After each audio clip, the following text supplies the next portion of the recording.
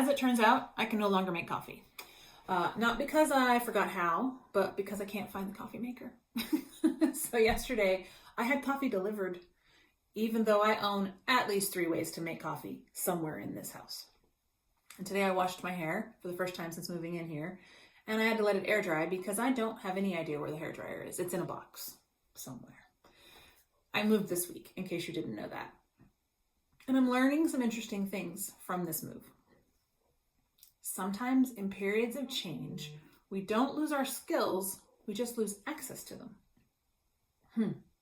That knowledge is still there, the competence is still there, it's just temporarily in the wrong box. And this happens in our lives as well. You might get a new job and be learning all these new things, a new role, something shifts around in your family, you're grieving something, it's a new season, a new location. And suddenly you find yourself thinking, when did I get bad at this? I used to be pretty good at this thing. But really, you're just remapping and refining. So, if you're feeling that way about something, let's do this little practice together.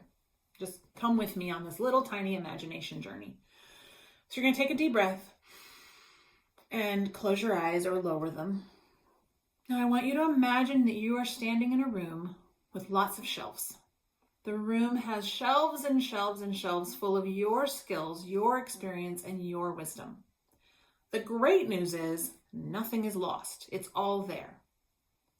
Now think about one thing that you feel a bit bad at right now. Whether that's true or not, just something that feels a little harder than it used to be. Now look around at your shelves and find that thing. And imagine yourself walking over to the shelf and taking it down and holding it in your hands. I really want you to look at it. How does it feel? Is it heavy? Fragile? Unfinished? Perfect? Now ask the object one simple question. What do you want me to remember about you? Maybe it reminds you of something you already know, tells you about when you learned this before, or reminds you of a way you've handled this issue in the past.